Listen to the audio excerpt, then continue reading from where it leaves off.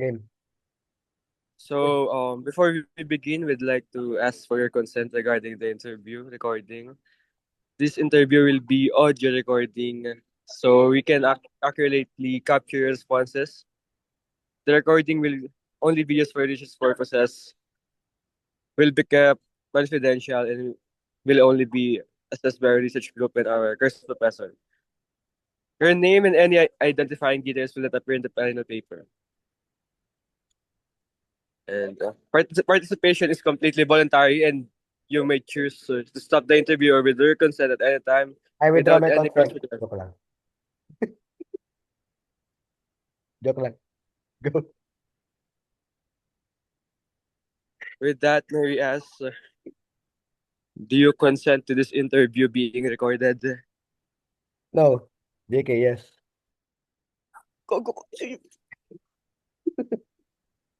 And pre, sorry na. Game. Number one, to begin, may we get your name, school year, and your sport? Hi, I'm Angelo Bernardo, one MBA. I am from the baseball team. As an Ateneo student athlete, how would you describe your relationship with your team or sports community?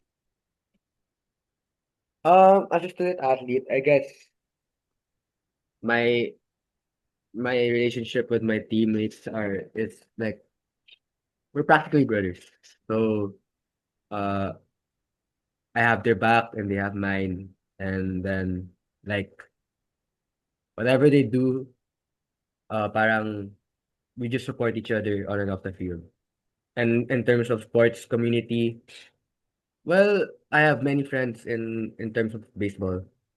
And yeah, we keep in touch. We greet each other in games. Yun. Yeah. So, next question. As an Ateneo student athlete, how would you describe your relationship with the Filipino players outside Ateneo? Sa sport ko, Yes, yes. okay.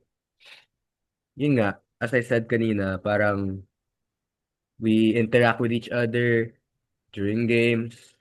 And not just my opponents and my past teammates, pero yung mga emerging players, I help them, I coach them, and yeah, we try to parang uh to get them to become better players. Yeah. Okay, so next, understanding Kalayaan in the Philippine sports. So, when you think of Kalayaan in relation with Filipino sports, players outside Ateneo, what does it mean to you? Ha. So, when you think of Kalayaan in relation with Filipino sports, players outside Ateneo, what does it mean to you? What it means to me is that Filipinos are given the chance to play the sport that they love anytime, anywhere, in any sports organization, in any tournaments, ganon. And parang hindi sila nililimitahan dun sa isang school or isang tournament lang. Yeah. So, next is, can you share a specific experience in relation with Filipino Filipino players outside Ateneo where you felt your sense of kalayaan was supported or expressed? Uh, I would say, well, I'm not directly participating in it, pero yung sa mga tournaments na uh, ginawa ni Babe Ruth, I think, na pwedeng kahit sino sumali, kahit you're outside um of that city or of that organization, they can recruit you to join. So I guess that's kind of like kalayaan already because no one is hindering you to stop playing the sport that you love. Yeah. Yeah. So follow-up question. With this experience, did your sense of kalayaan feel limited, whether in expressing your opinions, making choices, or navigating the sport in relation with with Filipino players outside the Ateneo? Well, not this experience, pero may mga experience ako na um, may kalayaan akong hindi nakamit. Alam mo yon yung parang, bawal ka dyan um, kasi may politics. Usually politics in sports kasi nung bata pa ako na hindi ako nakakasali dahil ayaw ng isang parent, uh, ng school. Kasi nga, parang may kind of like jealousy in that part. I don't know if it's jealousy or it's just that they don't want me to be part of the team. Ang ganun. Yeah. Okay. Next, understanding katarungan in the Philippine sports. In your own words, what does katarungan mean within your sport in the Philippine context? Justice. Hmm. Oh, Wait lang. Mahirap to ah. Ah, yung pagkaano, pag bibigay ng pagkakataon na maglaro yung lahat ng bata at hindi sila pinipigilan ng kahit sino dahil lang sa ayaw nila yung bata or yung magulang ng bata. That's justice. Because why would you tell anyone na to stop playing the sport that they love just because you don't like their parents or the people around them? Yeah. okay. So, can you share a specific experience in relation with Filipino players outside the Ateneo where you felt your sense of katarungan was supported or expressed? Siguro uh, sa school ko dati, na Southridge, kung saan nagko-coach ako ngayon, parang uh, kahit na may mga tampuhan, yung mga parents, sa mga coaches, parang pinapalaro pa rin nila yung bata.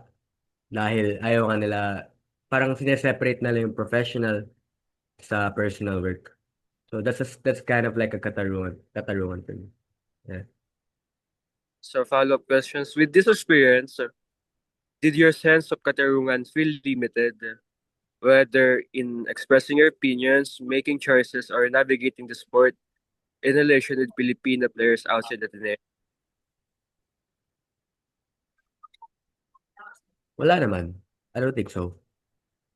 Based on my experience. Yeah. Okay. So, based on the specific experience you've shared about kalayaan and katarungan among Filipino athletes outside of Ateneo, is there anything else you feel is important to discuss about how kalayaan and katarungan can be supported with Filipino players outside Ateneo? Yes. Syempre yung mga hirap silang makakuha ng team or makabuo ng team. Siguro, give them a chance na makapaglaro sa ibang team na willing na mag-support sa kanila. And at the same time, uh, parang yung mga, tawag dito, mga injustices na nangyayari sa kanila, kung sino man sila, pasalihin pa rin sila. 'Di ba? Saka, yun, kalayaan lang. Pasalihin nila sila, pasalihin sa mga tournaments, sa mga games. Kahit na wala silang gamit, okay lang yun. Yeah. Well, tama naman. Mahirap ah. So next, interpersonal interactions in sports territories. So, how do the values of kalayaan and katarungan influence the way athletes interact with one another during training, games, or team activities? Ah, ayup ka. Recorded yan, boy! Ay, sorry. Um, how do the values kalayaan and katarungan influence the way actors interact with one another? Ano, it gives them the sense of being welcome, di ba? Na kung sino man sila, kung saan man sila galing, parang they accept him for whoever he is. And eventually, that bond grows deeper and that brotherhood becomes even better as the teams interact with each other. Huh? Ooh, sorry. Yeah. Okay. So next questions. Next question. How do these values help you navigate conflicts, decision making, or teamwork within the sports setting? It helps me to balance out. Like, I won't be able to, like, siguro, hindi ko sila ipapamukha na ganito silang tao, na ganun silang tao. Basta na parang, I'm just gonna welcome them into the team.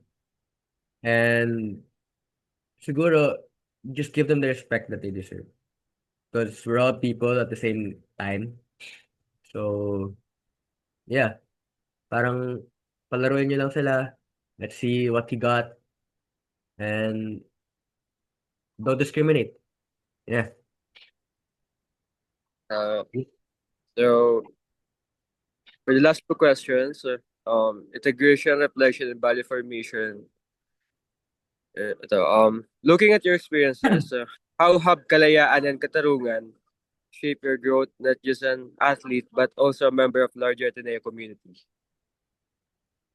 It helps me to understand people even more. Like wherever, yun nga, sabi ko kanina, wherever they came from, I won't discriminate them. I try to become their friend. And yeah, just be kind because you never know where they came from. Baka broken family, baka ganon, di ba? So being kind to people is just one step of doing this values. Yeah. So last question. Is there anything else about freedom, justice, or the Ateneo sports culture that you feel is important to share? Yes. Wait lang. So what is that? Wait lang. Okay. Uh, I guess Ateneo sports culture has been very, very open to people, to diverse people. And that helps the other people na siguro came from the same, what do you call this? Social norm na to adapt to them and be able to respect their incapacities and um yeah, just not to bully them out of the team or out of the sport. Yeah. So, and thank you, Mr. Angelo